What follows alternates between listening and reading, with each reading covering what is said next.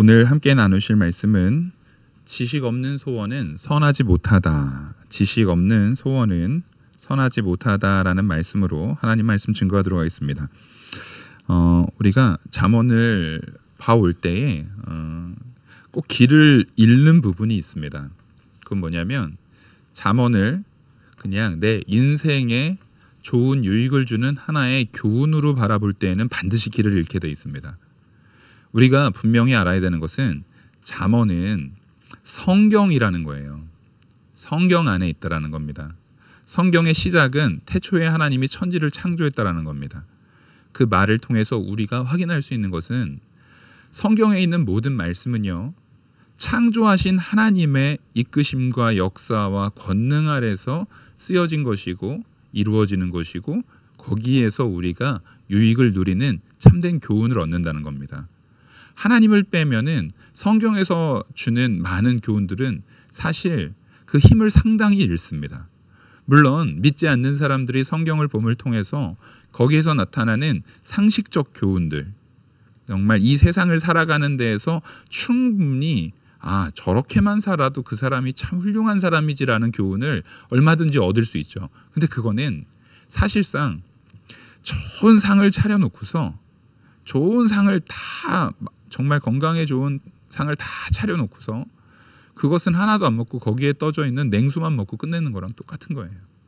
하나님께서는 이 세상에 보편적으로 전해지는 교훈도 중요하지만 성경에서 표현되는, 우리가 특별히 잠언은 안 믿는 사람들도 많이 보는 말씀이잖아요. 안 믿는 사람들이 여기에서 볼 때는 하나님을 찾으려고 보는 게 아니라 거기서 내가 살 때 유익 누릴 수 있는 게 뭐가 있는가, 그걸 찾으려고 보는 사람들이 많이 있다라는 겁니다. 그럼 참 불쌍한 사람이에요. 그래서 우리가 최근 한 달여 시간 동안 하나님에 대한 부분, 하나님이 누구시고 하나님이 왜 우리에게 성경을 주셨고 하나님은 죄의 조성자가 아닌 우리를 인격적으로 대하시고 우리를 사랑하시고 우리에게 참된 순종을 요구하시는 만왕의 왕이요 참 하나님이라는 것을 분명히 보여줬습니다. 그래서 오늘 본문에 대한 부분도 하나님께서 우리 앞에 계시고 하나님이 우리의 통치자이시다라는 마음을 가지고 이 본문을 해석해 나가야 된다라는 겁니다. 잠언의 모든 해석은 그래야 합니다. 그렇지 않으면 우리는 길을 잃어요. 오늘 본문에서도 시작을 가난하여도라고 시작을 합니다. 지금 분명히 우리가 알 수 있는 것은 뭐냐면 성경의 시각, 바로 하나님께서 역사하시고 하나님께서 이끄시는 시각에서 가난은 죄가 아니라는 겁니다. 하나님의 이끄시는 통치의 세계 속에서의 가난은 말 그대로 죄의 결과이긴 해요. 무슨 얘기냐면 아담이 범죄하기 전에 이 모든 에덴 동산에 있는 모든 실과를 먹을 수 있었어요. 아담도 하와도. 그러니까 그런 상황 가운데 가난이라는 건 존재합니까? 존재하지 않습니다. 근데 아담이 범죄함을 통해서 이제 그 죄에 의한 여러 가지 죄악의 싹들이 낳기 시작되는 거예요.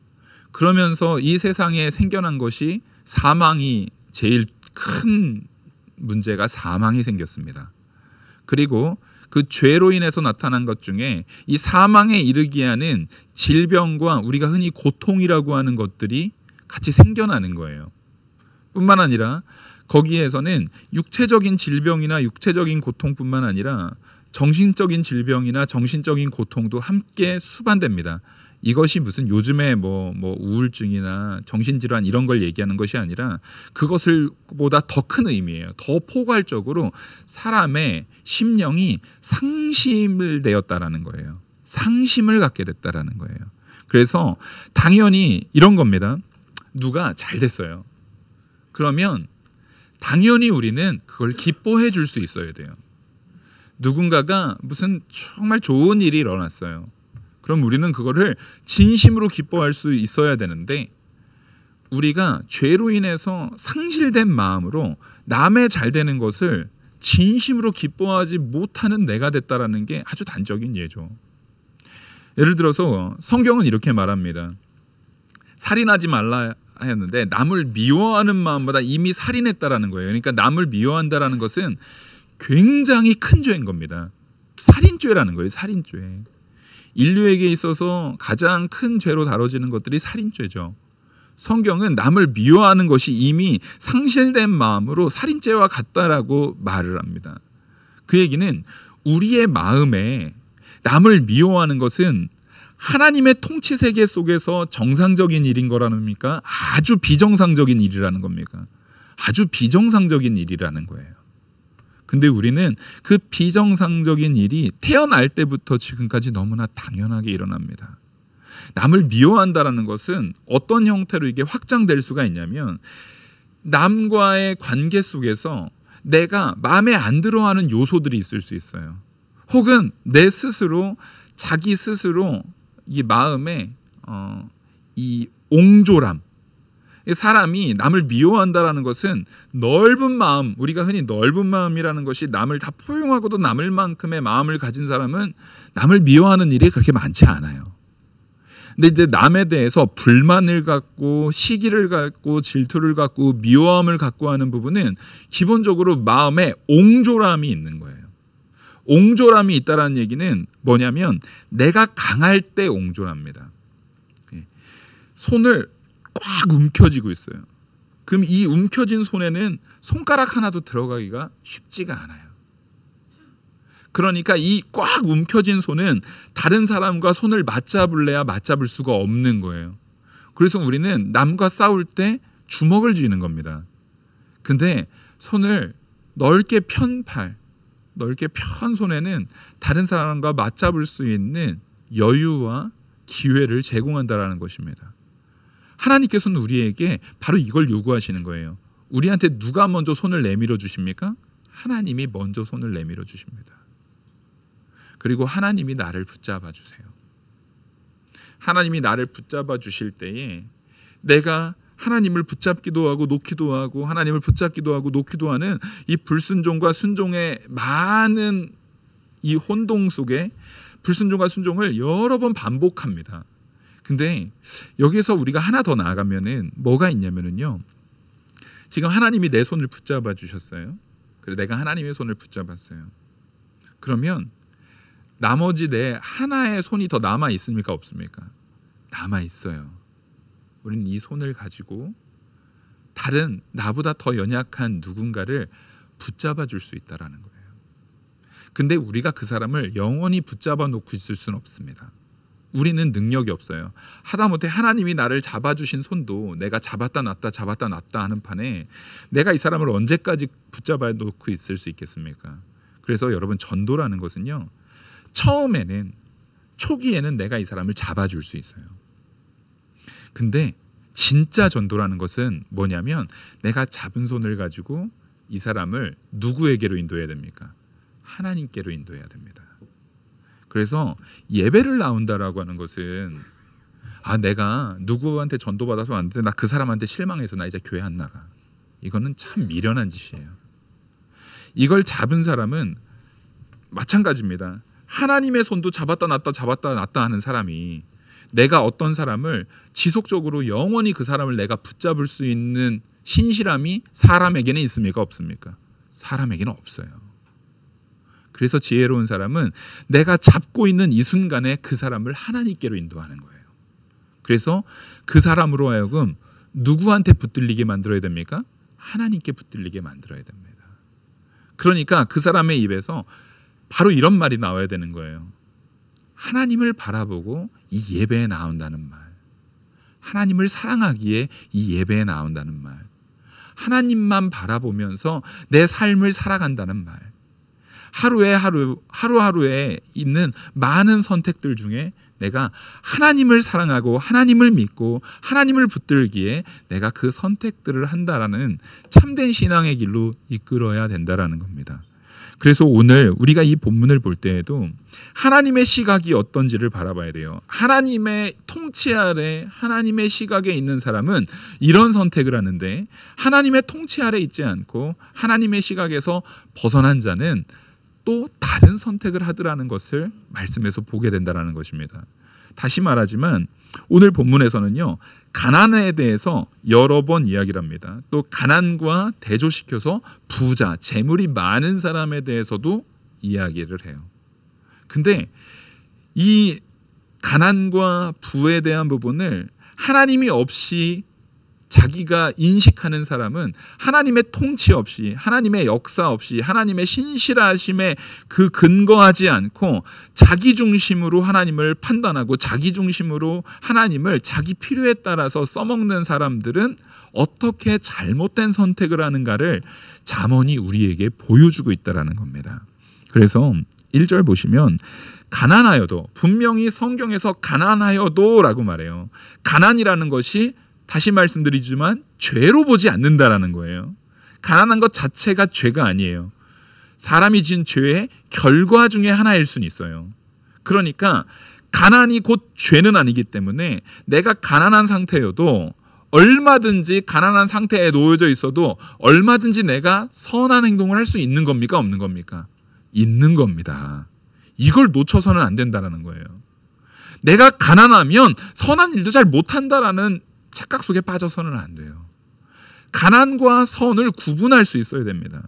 가난한 상황에서도 분명히 나는 하나님이 기뻐하시는 선택을 얼마든지 할 수 있습니다. 우리가 가난에 놓여져 있을 때 이런 착각 속에 빠져요. 내가 돈만 좀 있으면 나도 이렇게 안 살아. 내가 여유만 좀 있으면 이런 식으로 안 살아. 내가 여유만 있으면 하나님 앞에 더 헌신할 거야. 우리가 이런 말에 가장 흔히 하는 말 중에 그런 거잖아요. 내 로또만 맞으면, 내가 로또만 맞으면 신앙생활 열심히 할 거야. 내가 교회에다 헌금도 많이 하고. 제가 누누이 말씀드리지만 여러분들이 로또 맞은 거 가지고 교회에 헌금 많이 한다고 아무도 기뻐하지 않아요. 우리 재정위원들 기뻐하실 거예요? 기뻐하시지 않을 거죠? 아유, 목사님, 누가 뭐 됐는지 막 돈 엄청 냈어요. 그런 걸로 기뻐하시면 안 된다고요. 하나님 앞에서 재물이 무언가를 주장하는 어떠한 요소가 되어서는 안 돼요. 그래서 교회 안에서 절대 있어서는 안 되는 일 중에 하나가 분명하게 있는데, 그게 자행되고 있는 일 중에 하나가 뭐냐면요, 직분의 여하를 돈 가지고 움직여지는 거. 뭐냐면 어떤 교회들은 그래요. 말 그대로 안수 집사, 뭐 권사, 장로, 이런 말 그대로 교회 안에서 항존직이라고 말하고 있는, 언제나 이제 항존직이라고 있는 그거를 할 때 교회에다가 교회에 상납금을 얼마 이상 내지 않으면은 권사를 안 주는 교회들이 너무 많아요. 안수 집사를 안 주고 장로를 안 주고, 뭐 장로까지 가려면은요 기본 자산이 어느 정도 있어야만 장로 후보에 올라가는 경우도 많아요. 안수 집사까지도 그래요. 근데 이게 이미 한 20년, 30년 전부터 그랬는데, 그러면 그 잘못된 거니까 20년, 30년 지났으면 없어질 법도 하잖아요. 근데 없어집니까? 더 단단해집니까? 네, 더 단단해져요.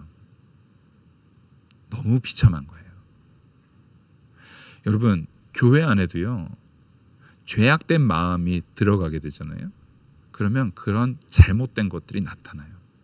이게 그러면 그런 죄가 왜 일어납니까? 그런 일들이 왜 일어나냐면은 제일 쉬운 건 돈으로 살 수 있는 거거든요.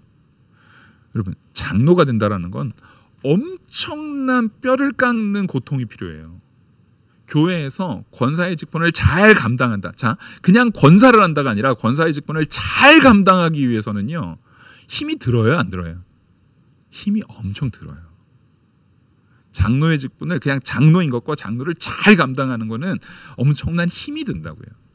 안수 집사를 한다. 그러면 안수 집사가 그냥 되는 것과 안수 집사를 잘 감당하는 건 달라요. 목사도 마찬가지죠. 제일 크게 이 결정이 되고 차이가 나는 게 목사죠. 그냥 목사가 되는 사람, 지금도요 얼마든지 저기 초교파 뭐 이런 신학교 같은데 돈만 주면은요 목사 안수 5개월 안에 받을 수 있습니다. 빠르죠? 어떻게 목사 안수 받고 싶으시면은 5개월, 여자도 상관없어요, 남자도 상관없어요, 남녀노소 상관없어요, 나이도 상관없어요. 5개월이면 받을 수 있어요.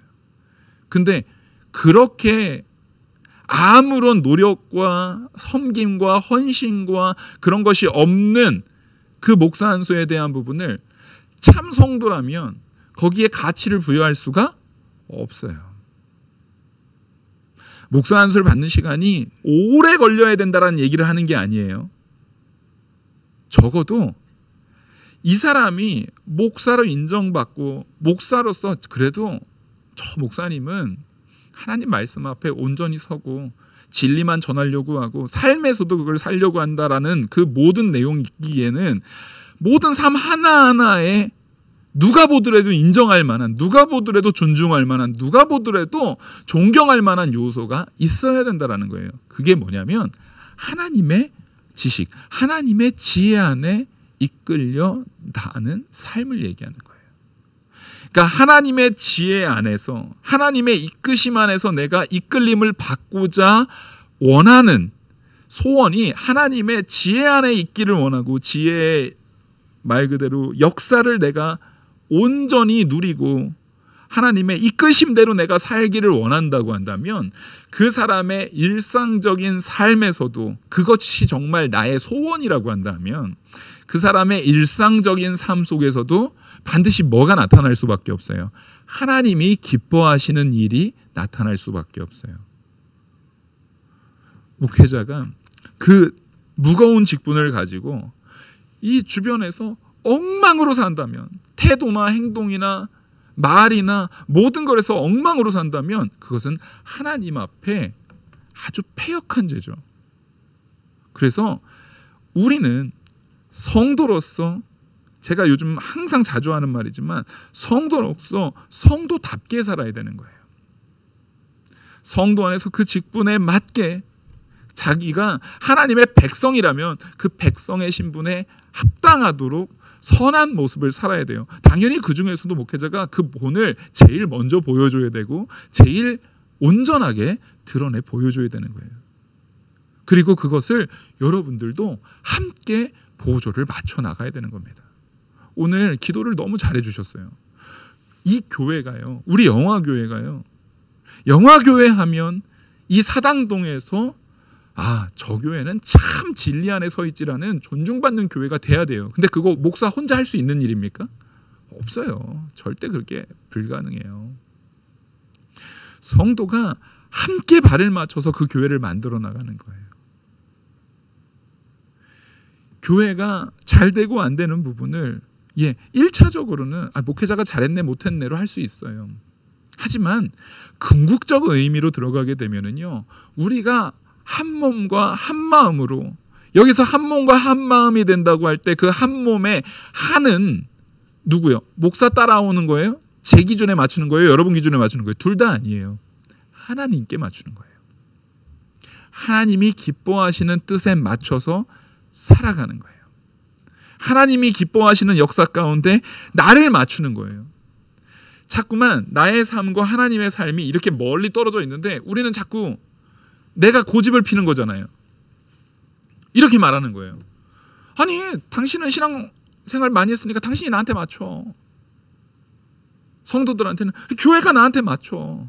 목사가 당신이 나한테 맞춰. 나 성도로 왔잖아. 그럼 목사 네가 나한테 맞춰야지. 목사는 또 성도들한테 당신들이 내가 목사한테 나한테 맞춰야지. 서로 다 누구한테 맞추라는 거예요? 자기한테 맞추래요. 근데 하나님께서는 그거를 기뻐하시지 않아요. 하나님께서는 죄된 너희가, 죄된 성도인 우리예요. 우리가 죄된 자들이잖아요. 근데 우리한테 하나님께서 성도로 택하시고서 우리한테 요구하시는 바가 뭡니까? 따라하겠습니다. 거룩하라. 내가 거룩하니 너희도 거룩하라라고 우리한테 요구하시는 거예요. 거룩하라는 거는 사람에게 속해 있는 속성입니까? 하나님께 속해 있는 속성입니까? 하나님께 속해 있는 속성이거든요. 이 말씀을 통해서 우리가 알 수 있는 건 뭐냐면, 하나님께서는 너희가, 성도인 너희가 이제 예수 그리스도로 변화됐으면 점점 누구에게로 가까워져야 된다라는 거예요. 하나님께로 가까워져야 된다라는 거예요. 여러분, 이 마음을 두고요, 가난하여도, 가난이라는 내용이 정말 우리의 삶 속에 우리를 많이 피폐하게 만들어요. 이 말 그대로 육신적인 가난함, 물질적인 가난함뿐만 아니라 영적인 가난함, 우리 내면적인 가난함도 우리를 많이 피폐하게 만들어요. 가난이라는 것은 꼭 물질에 국한되지 않아요. 요즘에 얼마나 정신적인 고통에 빠져 있는 사람이 많아요. 얼마나 결핍에 시달리는 사람들이 많아요. 근데 그 결핍에 대한 부분이 있다 할지라도 그것이 죄가 아니에요. 여러분, 내가 남들은 가졌는데 내가 갖지 못한 것들이 있을 수 있어요. 근데 그거 죄가 아니에요. 그게 여러분의 잘못이 아니에요. 하나님께서 부자도 냈지만 가난한 자도 냈던 것처럼 어떤 사람은 모든 것을 다, 그게 물질적인 것이 됐든 심리적인 것이 됐든 어떠한 요소가 됐든 다른 사람이 당연히 갖는 걸 내가 갖지 못한 부분에 있어서 여러분 자책하지 마십시오. 그건 여러분의 잘못이 아니에요. 하지만 그 자책하는 마음이 자꾸만 누구를 좀먹냐면요, 나를 좀먹어버려요. 자꾸만 나를 괴롭히고요, 나를 죽여나가요. 우리가 자꾸만 어떠한 문제가 일어났을 때, 특히 어머니들이 그래요. 남자들은 좀 그런 데서 좀 자기 잘난 맛에 살아서 그런지 좀 자책이 덜한 것 같아요. 근데 엄마들은 자꾸만 남편과 아내의 문제가 있어서도 내가 뭐 혹시 뭐 잘못해서 그런 건가? 내가 뭐가 문제가 있는 건가? 자녀와의 관계에서도 내가 뭐가 문제가 있는 건가? 내가 무슨 부족함이 있어서 그런가? 혹시 내가 삶을 잘못 살아서 그런가? 아니에요. 여러분들이 잘못 살아서 그런 거 아니에요. 그 요소 때문에 그렇게 되는 거 아니에요. 뭔가 문제가 일어날 때는요, 절대 한 개인에 의해서, 물론 가끔가다 진짜 악당 같은 사람들이 있어요. 그런 사람들은, 그 악당 같은 사람들은 그건 좀 문제죠. 근데 보편적으로 적어도 우리 교회 성도들 예배를, 하나님 앞에 상한 심령으로 예배를 나오는 사람들 가운데 그런 악당이 있다라고 보지는 않습니다. 뭐가 문제냐면요, 아담 때부터 죄가 우리에게 들어왔다는 게 문제예요. 죄가 이미 이 땅에 들어와서 그런 많은 결핍들이 생기는 거예요. 많은 사망과 많은 결핍의 요소와 많은 놓치는 것들, 내가 갖지 못하는 것들, 그런 것들이 생겨요. 근데 그런 결핍에 지지 마세요. 그런 결핍에 절대 지지 마세요. 좌절하지 마세요. 가난한 사람이라고 해서 그거를 포기해버리고 놔버리면 안 된다라는 거예요. 영적으로나 육적으로나 가난할 수 있어요. 영적으로 가난하다는 것은 내가 심령이 연약한 사람이 있을 수 있잖아요. 어떤 사람은 이런 큰 충격이 와도 쉽게 툴툴 털어버리는 사람이 있는가 하면, 어떤 사람은 요만한 큼의 충격이 와도요, 그게 내 탓인가? 내가 뭐 잘못했나? 요즘 뭐 MBTI 많이 한다 그러잖아요. 거기 보면은 막 걱정 많은 사람들은 뭐라고 하고 뭐 그런 얘기하는 것처럼, 이게 내 잘못인가? 내가 문제인가? 내가, 그런 생각에 빠지지 말고요, 하나님께서 우리에게 요구하는 건 이겁니다. 성실하게 행하는 자가 되라는 거예요. 여러분, 육적으로나 재물로나 영적으로나 우리의 심리적으로나 가난한 요소가 나한테 있을 수 있어요. 그 안에서 우리는요, 성실하게 행하라는 거예요. 성실성을 가지라는 거예요. 근데 잠언에서 말하는 모든 교훈들은 다 누구 앞에서요? 하나님 앞에 성실하, 앞에 말씀 앞에 성실하라는 거예요. 내가 무언가 결핍이 있을 것 같을 때요, 말씀을, 하나님이 주신 말씀을요, 성실히 순종하십시오. 성실히 준행하십시오. 사람의 눈에, 사람의 시각에 나를 두지 마시고 하나님이 기뻐하시는 바에 성실하십시오. 근데 우리는 왜 하나님 말씀 앞에 성실하지 못하면은요, 하나는 내가 너무 위축되어 있기도 하지만, 또 하나는 세상의 다른 것에, 너무 많은 것에 너무 바쁘다 보니까 하나님 말씀 앞에 성실하지 못할 때가 많아요. 사람의 에너지는요, 한계가 있어요. 사람의 에너지는요, 분명히 한계가 있어요. 근데 우리가 세상의 다른 여러 가지 것에 내 에너지를 너무 많이 쏟아요. 막 세상에 즐길 것들 너무 많죠. 자기 취미들 너무 많죠. TV 뭐 보는 거 너무 많고, 많은 재밌는 것들에다가 내 시간과 내 에너지와 내 것을 너무 많이 써요. 어떤 사람은 자녀에게, 어떤 사람은 친구에게, 어떤 사람은 취미에, 어떤 사람은 자기를 너무 사랑하는 사람들도 있을 수 있거든요. 자기에 너무 많은 에너지를 쏟다 보니까 누구 앞에서는 성실할 때 힘이 붙여요? 하나님 앞에 성실하기에는요, 내 힘이 붙여요. 시간이 없어요. 에너지가 부족해요. 보면 주중에는 너무 에너지가 넘치는 사람인데 주일날만 오면은 피곤해가지고 막 어찌할 줄 모르는 사람들이 있을 수 있어요. 여러분, 그거 하나님 앞에 회개하셔야 돼요. 돌이켜 봐야 돼요. 체력은요, 안배를 해야 돼요. 내가 집에 퇴근하고 집에만 오면 아이들한테 너무 헌신적이에요. 너무 열심히 해요. 모든 일을 다 도와요. 막 출퇴근하는 시간에도 길 가다가 누가 뭐 수레 끌고 있으면 막 다 도와주고 막 취미 생활도 막 해가지고 막 회사 끝나고 막 2시간씩 댄스 동아리도 가서 막 춤도 추고 막 온 힘을 다해요. 근데 회사만 가면 맨날 자요. 그러면 그 회사에서 어떻게 하겠어요, 그 사람? 참 열정적으로 사시는군요. 예, 계속 열정적으로 사시고 이제 나오지 마세요, 그런다고요. 당신의 열정을 우리가 품기에는 너무 지나칩니다. 꾸준히 열정적으로 나가서 사세요. 하나님은 여러분들을 너무 사랑하다 보니까 끝까지 포기하지 않는 거예요. 꼭 어머니와 같죠. 포기하지 않으니까 우리가 그 하나님 앞에 너무 무례히 행하고 있는 거예요. 하나님 앞에 너무 무례한 거예요. 여러분, 안배를 하셔야 돼요.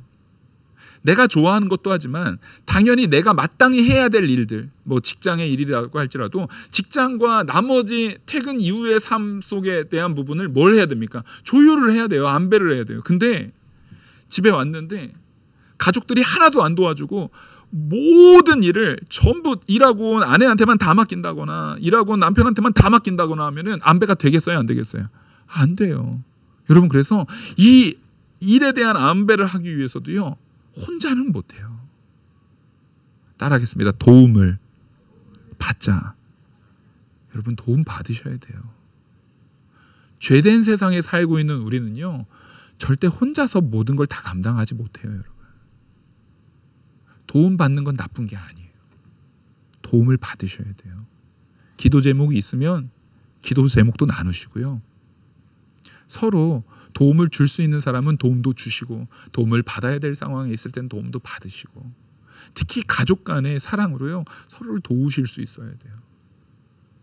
저 인간 꼴보기 싫어, 이런 소리 좀 하지 마시고, 저놈 자식들, 우리 엄마 아빠는 아무것도 모르면서 맨날 이런 모습으로 살아가면 안 그래도 힘든 세상을 서로 간에 더욱더 좀먹어가는 거예요. 그래서 성실히 행한다라는 것은 나의 성실함을 통해서 가난한 사람이 성실하게 행함을 통해서, 성경은 여러 번 말하거든요. 성실함이 가난을 내쫓아버릴 수 있다라고 여러 번 말해요. 그 성실함을 통해서 나만 좋아질 뿐만 아니라 내 주변도 어떻게 만드는 겁니까? 나의 성실함이, 내가 요만큼만 하면 딱 내 것만 하는 것이 아니라 내 성실함이 이만큼을 더했을 때 이 옆 사람에게 도움을 주는 거예요. 그러면 그 사람이 그만큼의 에너지를 축적하고 그것을 마음에 이 힘을 쌓아둘 수 있어요. 그 쌓은 힘을 또 상대방에게 어느 정도 줄 수도 있고 또 다른 이에게 그걸 줄 수도 있어요. 아까 말했던 것처럼 하나님이 우리를 붙잡아 줬어요. 내가 절벽에 매달려서 내가 겨우 내 한 몸 버틸 수 있을 만큼 절벽에 매달려 있으면 밑에 있는 사람 잡아줄 수 있습니까, 없습니까? 못 잡아줘요. 우리가 제가 서두에 누군가를 잡아주자라고 말했잖아요. 누군가를 잡아줘서 하나님께 옮겨주자라고 했잖아요. 그 얘기는 내가 잡을 수 있는 여유는 누구 때문에 생긴 겁니까? 나를 잡아주신 하나님 때문에 생긴 거예요. 우리는 그 여유를 가지셔야 돼요. 하나님께서 우리를 잡아주신, 하나님께서 내게 허락하신, 하나님께서 나에게 부여하신 여유가 있어요.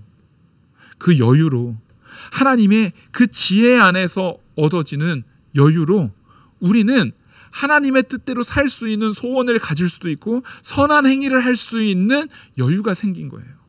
바로 예수 그리스도의 십자가의 보혈로요. 그럼 그 여유를 행하셔야 돼요. 손을 내미셔야 돼요. 같이 보듬어 주셔야 돼요. 내가 보듬어 준 만큼 또 자기도 내가 누군가를 위해서 한 만큼 나도 누군가한테 도움 받을 수 있는 마음의 준비도 되셔야 돼요. 어떤 사람은 돕기는 하는데 누구한테 도움 받는 건 자존심 때문에 죽으라고 못 받아요. 아니요, 그러지 마세요. 여러분, 우리 예수 그리스도의 도움 없이 구원받을 자 있습니까, 없습니까? 자기 자존심 세워서 아무것도 안 돼요. 아무것도 안 돼요. 진짜 제가 본 청년 중에 목사님, 저는 내 자존심으로는 도저히 내가 예수 그리스도를 통해서 구원받았다라는 거, 내 일을 내가 해결해야 되는데 누구한테 은혜로 누구한테 거저받아가지고 했다라는 걸 해서 도저히 용납할 수가 없다라는 청년을 만난 적이 있어요. 와, 정말 답답해요. 그리고 너무 안타까워요. 그 사람은 누가 깨지기 전까지는 절대 구원의 자리에 이를 수 없어요. 자기가 깨지기 전까지는요, 절대 그 자리에 이를 수가 없어요. 그 청년은 나중에 결혼해도 문제예요. 그 주변 사람을 얼마나 힘들게 할 거예요. 여러분, 우리는요, 남에게 무언가를, 은혜를 누릴 수도 있어야 돼요. 적어도 성도는 그래요. 이미 우리는 은혜를 누린 삶이니까. 그래서 성실하게, 가난하여도 성실하게 하는 자는 입술이 패역하고 미련한 자보다 훨씬 낫다라는 거예요. 여기서 이상하죠? 가난한 자하고 비교하면 부자를 비교할 것 같은데요, 그게 아니에요. 가난한데 성실한 자가 있는데, 가난하면서 입술이 패역하고 미련한 자가 또 있어요, 없어요? 있다라는 거예요. 희한하게 가난하면서 입술이 패역하고 미련한 자가 있다라는 거예요. 이건 무슨 얘기냐면, 지금 너의 상태가 가난하냐 부자냐는 아주 중요하지 않다라는 거예요. 너의 마음이 누구를 향해 있냐가 훨씬 중요하다라는 거예요. 내 마음이 하나님을 향해 있으면 내가 가난하든 부자든 성실해요. 부자도 성실할 거예요. 부자도 성실하게 하나님의 일을 행할 거예요. 근데 내가 가난하든 부자든 입술이 패역하고 미련한 자, 바로 하나님의 지혜에 포함되지 않은 자죠. 바로 오늘 제목, 지식이 없는 자를 얘기하는 거예요. 그게 미련한 자죠. 그러면 그 사람의 소원은 선하지 못해요.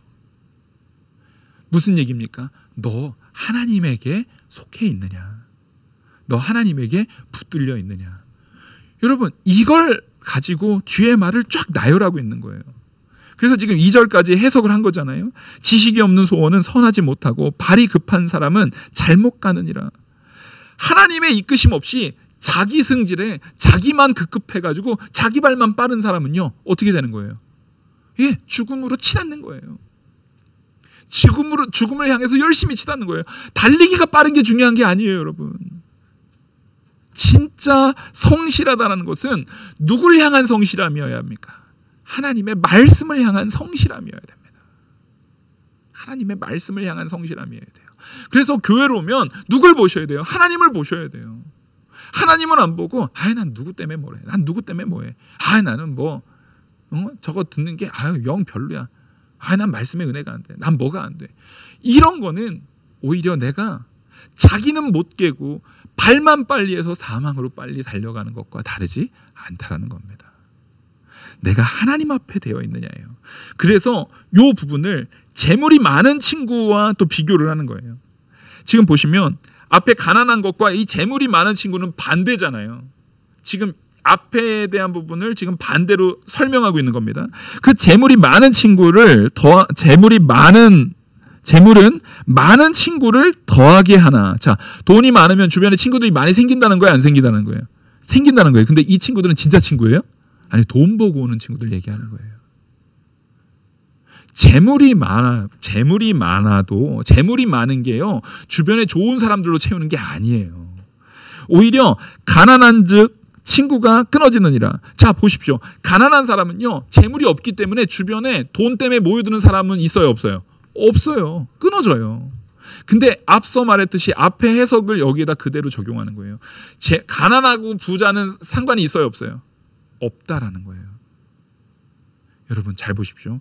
가난하여도 하나님 앞에 성실함으로 행하면, 부자여도 하나님 앞에 성실함으로 행하면 그 주변에는 미련한, 여기에서 부자야 돈 보고 오는 사람들, 가난하니까 돈 없으니까 안 오는 사람들이 우리 주변에 있으면 좋겠어요, 안 좋겠어요?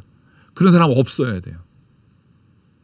내가 하나님 뜻 안에서 성실하게 행하면 내가 부자든 가난하든 그런 악한 사람들, 패역한 사람들은 정리가 됩니다, 여러분. 진짜 중요한 건 내가 하나님 편에 있냐는 거예요. 하나님과 동행하고 있냐는 거예요. 내가 하나님과 동행하고 있으면 내 주변으로 어떤 사람이 모이겠어요? 예, 마찬가지로 하나님의 인도를 받는 사람들로 주변이 채워지게 돼요. 하나님은 지금 그 길로 우리들한테 인도하는 거예요. 너희 여기로 와야 돼. 네 돈 보고 모이는 그런 앞에서 말했던 입술이 패역하고 미련한 자들, 그런 사람들이거든요. 돈 보고 모이는 자들, 돈 없다고 멸시하는 자들, 입술이 패역하고 미련한 자들이에요. 그런 자들은 너희에게 없어져야 돼. 그러니까 너희 어디에 있을 거니? 지식이 있는, 참된 지식이 있는, 참된 은혜의 소원에 선한 행위가 있는 그 자리에 네가 있어야지 않겠니? 하고 하나님이 우리한테 손을 내미시는 거예요. 그래서 5절, 거짓 증인은 벌을 면하지 못할 것이요 거짓말을 하는 자도 피하지 못하리라. 지금 거짓 증인, 말 그대로 아까 말했던 부자한테 돈 보고 모인 사람들이 다 이 거짓말하는 자들이에요. 남을 속이고 누구 이익만 생각하는 자들이요? 내 이익만 생각하는 자들. 그 사람들은 분명히 그 거짓 증인은요, 하나님께서 반드시 어떻게 한다는 거예요? 반드시 벌을 내리신다는 거예요. 그래서 우리는 거짓에 있지 않으려면 어디에 속해 있어야 됩니까? 하나님의 편에 속해 있어야 돼요. 근데 이 거짓말하는 자들, 자기 이익만, 자기 권위만, 자기 능력만, 자기 기쁨만 충실하게 자기 중심으로 꽉 움켜진 손처럼 자기 중심으로 사는 사람의 특징이 나열되는데 이렇게 나열됩니다. 6절부터 보시겠습니다. 너그러운 사람에게는 은혜를 구하는 자가 많고 선물을 주기를 좋아하는 자에게는 사람마다 친구가 되느니라. 가난한 자는 그의 형제들에게도 미움을 받거든 하물며 친구야 그를 멀리하지 아니하겠느냐. 따라가며 말하려 할지라도 그들이 없어졌으리라. 지혜 얻는 자는 자기의 영혼을 사랑하고 명철을 지키는 자는 복을 얻느니라. 지금 보십시오. 앞에서 말했던 것처럼 가난한 자들에게 그리고 부자에게 자기의 이익대로 했던 사람들은 결국 이런 문제를 야기한다라는 거예요. 이런 문제를 분명히 드러낸다라는 거예요. 그래서 지혜를 얻는 자가 영혼을 사랑하고 명철을 지키는 자는 복을 얻는다라는 거예요. 무슨 얘기입니까? 하나님 편에 있는 자가 자기 영혼을 사랑하는 자고요. 명철이라는 것을 제가 뭐라고 했죠? 하나님의 말씀대로 분별하고 행하는 것까지가 명철이에요. 그 명철을 지키는 자가 복이 있어요. 하나님 말씀대로 순종했기 때문에 복이 있단 말이에요. 근데 이걸 지키지 못하는 사람은 자기밖에 없기 때문에 자기 이익에 따라서 가난한 자 형제를 미워하고 친구라 할지라도 멸시하고 부자한테는 붙었다가 그 부자가 가난해지면 버리는 거예요. 탕자가 버림받았듯이. 그렇게 행한다라는 겁니다. 그래서 마지막 9절 우리가 같이 읽겠습니다. 시작. 거짓 증인은 벌을 면하지 못할 것이요 거짓말을 뱉는 자는 망할 것이라. 이 거짓 증인은요 벌을 면하지 못해요. 거짓말을 하는 자는 반드시 망해요. 왜 그러냐면요 3절에서 말했던 것처럼 사람이 미련함으로 자기 얘기를 굽게 하고 마음으로 하나님을 뭐하기 때문에요? 원망하거든요. 누굴 원망합니까? 하나님을 원망합니다. 내가 가난한 거, 가난이 잘못된 거, 가난해도 성실할 수 있잖아요. 가난해도 성실한 사람은 하나님을 원망해야 하네요. 지금 상황이 가난하지만 하나님께서 주신 이 건강과 하나님께서 주신 이 능력으로 혹은 내가 우리 송명희 시인이 말 나 가진 재물 없으나 나 가진 능력 없으나 나 남에게 있는 건강이 있지 않으나 난 남이 없는 것이 있으니 바로 하나님이 주신 은혜가 내게 있다라는 것을 고백하는 거예요. 근데 정말 자기밖에 모르는 사람은 가난한 자를 멸시하는 자, 부자의 돈을 가지고 쫓아가는 자, 그런 사람이죠. 그런 사람은요 결국 그 사람이 마지막에 원망하는 자는 누구까지 원망해요? 하나님까지 원망해요. 왜냐하면 자기 외에 다른 모든 사람들을 다 온전하게 품지 못하는, 왜? 하나님의 뜻 안에 있지 않으니까 다 튕겨내줘 버리는 거예요. 나랑 안 맞아. 저 사람도 나랑 안 맞아. 이게 나랑 안 맞아. 사실은 지금 누가 닫혀 있는 거예요? 내가 닫혀 있는 거예요. 내가 막혀 있는 거예요. 그래서 제가 처음 서두에 여러분들의 말씀했던 것처럼 여러분 혼자 모든 걸 다 감당하려고 하지 마시고 손을 펴세요. 한쪽 손을 얼마든지 피셔도 돼요.